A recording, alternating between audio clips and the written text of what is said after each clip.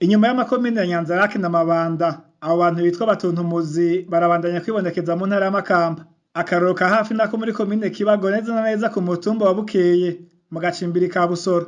Nk'uko vyashikirijwe n'isoko ryaco ngaho mu Mabanda, habanje kuba amanama yitabiriwe n'abanyagihugu bamwe bamwe. Bamwe mu banyagihugu bitavye ayo manama baraniyemeje gutanga amafaranga y'agashirukabute k'abo Batuntumuzi. Ikibabaza abanyagihugu batigeze bamenyesha ivy'izo nama zitanabereye ku mugaragaro nuko uyu munsi abo Batuntumuzi binjira mu nzu zose bakanaka amafaranga utabatumyeko nk'uko isoko ryaco ribandanye ribisigura. Ubu rero utamenyeshejwe ni ukuvuga nta mafaranga uba waratanze. Rero barinze baza ku rugo rw'iwawe bakavuga ngo barakuyeho ivyo bishano, ni ukuvuga niba basanzeho intungu imwe bayikereraho hanyuma iyindi bagaca bagenda bayijana bavuga ati urazoza kuyigombora, uyakenya baca bayitwara. Baje bagasanga nta n'ibiriho bakwaka amahera 9,000 utabitanze, nimba ari inkoko barayitwara bakabwira ati uzoza kuyigombora, nimba ari telefone barayitwara bakubwira ngo uzoza kuyigombora. Abanyagihugu bavuga ko ata nguvu baba bafise zo kwankira Abatunthumuzi kuko baza bari kumwe n'imbonerakure.